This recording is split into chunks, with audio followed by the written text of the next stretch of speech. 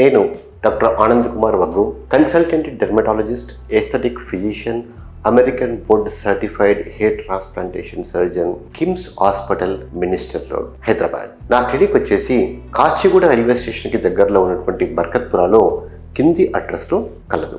యుక్త వయసులో పింపుల్స్ చాలా కామన్, కానీ ఆ యొక్క పింపుల్స్ తగ్గిన తర్వాత వదిలేటువంటి యొక్క మార్క్స్ ఉన్నాయే వాటినే స్కార్స్ అని చెప్పేసి అంటూ ఉంటాం. ఆ యొక్క యాక్నే స్కార్స్ అనేటువంటివి అవి లైఫ్ లాంగ్ ఉంటాయి, కానీ అవి చూడడానికి చాలా చీక్స్ పైన అసహ్యంగా ఉంటాయి. స్కార్స్ ఎందుకు వస్తున్నాయి, అవి రాకుండా ఏమైనా జాగ్రత్తలు తీసుకోవచ్చా, అలాంటి స్కార్స్ వచ్చినప్పుడు ఇలాంటి ట్రీట్మెంట్స్ తీసుకోవాలి అంటే వాటిని యాక్నే స్కార్స్ అని చెప్పేసి అంటూ ఉంటాం. ఈ యాక్నే స్కార్స్ ఇంతకుముందు వీడియోస్లో నేను చెప్పాను, మొటిమలు ఎందుకు వస్తాయి అనేటువంటి విషయం. ఈ యొక్క మొటిమలు వచ్చినప్పుడు ఎర్లీగా మొటిమలు స్టార్ట్ అయినప్పుడే వాటిని గుర్తించేసి ట్రీట్మెంట్ తీసుకోవాలి. ట్రీట్మెంట్ తీసుకున్నప్పుడు స్కార్స్ ఫామ్ అయ్యేటువంటి యొక్క అవకాశాలు బాగా తగ్గుతాయి. మొటిమలు ఫామ్ అవుతున్నప్పుడే చాలా మందికి ఒక చెడ్డ అలవాటు ఉంటుంది. ఏంటంటే వాళ్ళు వేళ్లతో ప్రిక్ చేస్తూ ఉంటారు, వాటిని మెల్ట్ చేయడం కానీ లోపల నుంచి చిన్న తెల్లటి గడ్డ లాంటి ఒక పదార్థం బయటకు వస్తూ ఉంటుంది. అది బయటకు వస్తే దే ఫీల్ వెరీ హ్యాపీ, ఎందుకంటే అక్కడ మొటిమ తగ్గిపోయిందని చెప్పేసి అనుకుంటారు. అలా పించి చేయడం చేత కూడా అక్కడ యాక్నే తగ్గిన తర్వాత అక్కడ ఇన్ఫ్లమేషన్ ఫామ్ వేసి ఆ యొక్క ఇన్ఫ్లమేషన్ చేత కూడా యాక్నే స్కార్ పెరిగేటువంటి అవకాశాలు ఉంటాయి. అదే కాకుండా జెనెటికల్ టెండెన్సీ అంటే మీ యొక్క పేరెంట్స్ కూడా ఈ యొక్క యాక్నే స్కార్ టెండెన్సీ ఉన్నప్పుడు మీలో కూడా కొద్దిగా యాక్నే తగ్గిన తర్వాత కూడా స్కార్లు పెరిగేటువంటి అవకాశాలు అధికంగా ఉంటాయి. అంతేకాకుండా కొందరు ఏంటంటే ఈ పింపుల్స్ స్టార్ట్ అయినప్పుడు సింపుల్ పింపుల్సే కదా అని చెప్పేసి చాలామంది వదిలేస్తారు. కానీ ఈ మధ్య కాలంలో ఉన్నటువంటి ఒక టీనేజ్ ఆ మాదిరిగా లేరు, ఎందుకంటే చిన్న పింపుల్స్ స్టార్ట్ అయినప్పుడే వాళ్ళు ట్రీట్మెంట్ తీసుకుంటున్నారు. అంతేకాకుండా ఈ యొక్క సోషల్ మీడియాలో ఉపయోగించేటువంటి డిఫరెంట్ క్రీమ్స్ని కూడా సజెషన్స్ తీసుకుని వాటి వల్ల కూడా క్రీమ్స్ వాడుతూ ఉన్నారు. అలా కాకుండా ఒక స్పెషల్ డెర్మటాలజిస్ట్ని కన్సల్ట్ తర్వాత అనలైజ్ చేసిన తర్వాత ఏ ప్రొడక్ట్స్ మీకు సెట్ అవుతాయి కూడా వాడుకోవాలి. ఎందుకంటే మీకు పింపుల్స్ ఫామ్ అవుతున్నాయి అనుకుంటే అంటే మీకు పింపుల్స్ వచ్చేటువంటి ఒక టెండెన్సీ ఉంది కనుక మీకు అది oily skin, dry skin, combination skin, మీరు వాడేటువంటి యొక్క సన్ స్క్రీన్స్ కావచ్చు, నైట్ క్రీమ్స్ కావచ్చు, మాయిశ్చరైజర్స్ కావచ్చు, వాటి వలన ఏమన్నా ఈ యొక్క పింపుల్స్ ఎక్కువ అవుతున్నాయా, సమ్టైమ్స్ ఈ యొక్క కాస్మెటిక్స్ క్రీమ్స్ వల్ల కూడా పింపుల్స్ పెరిగేటువంటి అవకాశం ఉంటుంది. మీకు పింపుల్స్ పెరిగాయి, పింపుల్స్ యొక్క ట్రీట్మెంట్ డిలే అయిందనుకోండి, అప్పుడు పింపుల్స్ తగ్గుతాయి, కానీ ఈ యొక్క స్కార్స్ మాత్రం తగ్గవు. ఈ యొక్క స్కార్స్ పర్మనెంట్గా ఉంటాయి. సో పింపుల్స్ని ట్రీట్ చేయడం చాలా ఈజీ. అందుకే ఈ యొక్క యాక్నే స్కార్స్ ఫామ్ అవ్వకుండా ఉండాలి అనుకుంటే పింపుల్స్ ఫామ్ అయినటువంటి ఎర్లీగా ఇమ్మీడియట్గానే ట్రీట్మెంట్ తీసుకోవాలి. ఆ ట్రీట్మెంట్ కూడా ప్రాపర్గా ట్రీట్మెంట్ తీసుకోవాలి. అంటే మీరు వాడేటువంటి కాస్మెటిక్స్ వల్ల కూడా మళ్ళీ పింపుల్స్ పెరగకుండా మళ్ళీ వాటిని కంట్రోల్ ఉంచడం కోసం ట్రీట్మెంట్ తీసుకోవాలి. తర్వాత మీ ఫ్యామిలీ ఇస్తున్నప్పుడు కొంచెం జాగ్రత్తగా పడాలి. తర్వాత వాటిని ఎట్టి పరిస్థితుల లోపల ప్రిక్ చేయడం కానీ అవన్నీ గిల్లడం కానీ అసలు ఎట్టి పరిస్థితుల లోపల చేయరాదు. ఈ యొక్క జాగ్రత్తలు తీసుకుంటే డెఫినెట్గా మన యొక్క స్కార్స్ని ఎర్లీ స్టేజ్లోనే మనం ప్రివెంట్ చేసేటువంటి అవకాశాలు అధికంగా ఉంటాయి. ఎందుకు ఫామ్ అవుతాయి ఈ స్కార్స్ అంటే ఇంతకుముందు నేను చెప్పినట్లు ఇది హెయిర్ ఫాలికల్ ఇది సెబేషియస్ గ్లాండ్. ఈ యొక్క యాక్నే ఎందుకు ఫామ్ అవుతాయి, పింపుల్స్ ఎందుకు ఫామ్ అవుతాయి అనే ఒక వీడియో మనం క్లియర్గా చేయడం జరిగింది.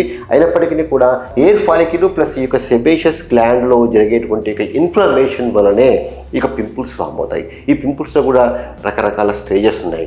గ్రేడ్ 1, గ్రేడ్ 2, గ్రేడ్ 4 యాక్నే అంటే ప్యాపుల్స్, కొమిడోన్స్, ప్యాపులోపస్యూల్స్, నాడ్యూల్స్, సిస్ట్లు, అలా స్టేజెస్ కూడా మనము క్లియర్గా వీడియోస్లో ఇంతకుముందు వీడియోలో చేయడం జరిగింది. సో ఆ యొక్క ఇన్ఫ్లమేషన్ రావడం చేత ఏమవుతుందంటే మనకు తెలుసు ఇది పై స్కిన్, ఇది కింది స్కిన్, డెర్మిస్ అంటాం, ఇది ఫ్యాట్. సో ఇన్ఫ్లమేషన్ యొక్క కాంపోనెంట్ అనేటువంటిది కింది చర్మంలో ఉన్నటువంటి యొక్క కొల్లాజన్, ఎలాస్టిన్ ఫైబర్స్ని డ్యామేజ్ చేస్తుంది. ఇన్ఫ్లమేషన్ వల్ల ఎప్పుడైనా సరే ఏ స్కిన్ టిష్యూ అయినా సరే ఒక ఇన్ఫ్లమేషన్ వల్ల డ్యామేజ్ అయినప్పుడు అనుకుందాం, డ్యామేజ్ అయినప్పుడు స్కిన్ టిష్యూ ఏమవుతుందంటే మళ్ళీ రీజనరేట్ అవుతుంది, మళ్ళీ కొత్త టిష్యూ ఫామ్ అవుతుంది.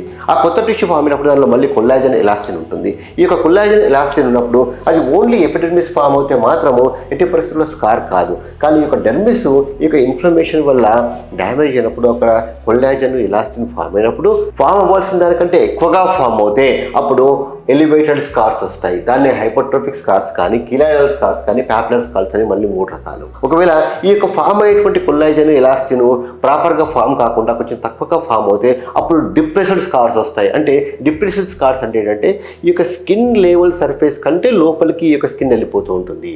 ఎలివేటెడ్ స్కార్స్ ఏంటంటే స్కిన్ లెవెల్ సర్ఫేస్ కంటే కొంచెం అధికంగా ఈ యొక్క స్కార్ ఫామ్ అవుతుంటుంది. ఎవరికైనా సరే ఎస్పెషల్లీ చీక్స్ పైన కావచ్చు, బుగ్గల మీద కావచ్చు, లేకపోతే ఫోర్హెడ్ పైన కావచ్చు, స్కిన్ ఎవరైనా సరే స్మూత్గా ఉండాలని కోరుకుంటాం.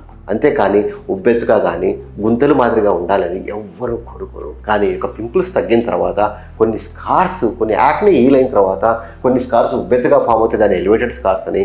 గుంతలుగా ఫామ్ అవుతుంది దాన్ని డిప్రెస్డ్ స్కార్స్ అని, లేదా అట్రోఫిక్ స్కార్స్ అంటాం. ఈ యొక్క అట్రోఫిక్ స్కార్స్లో మళ్ళీ 3 రకాలు. ఒకటి ఏంటంటే ఈ యొక్క ఐస్ పిక్ స్కార్స్ అంటాం. ఇవి 2 మిల్లీమీటర్ పంటి సైజ్గా తక్కువగా ఉండి ఇట్లా లోతుగా ఉంటాయి అన్నమాట.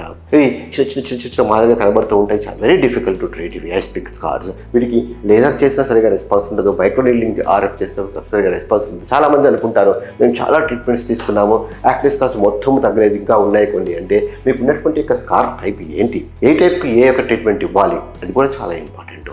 బాక్స్ స్కార్ అంటాము. ఏంటంటే పైన ఇట్లా బాక్స్ మాదిరిగా షార్ప్ ఎడ్జెస్ ఉంటాయన్నమాట. చూస్తేనే చీక్స్ పైన చాలా ప్రామినెంట్గా గుంతలుగా కనబడుతూ ఉంటుంది అనమాట.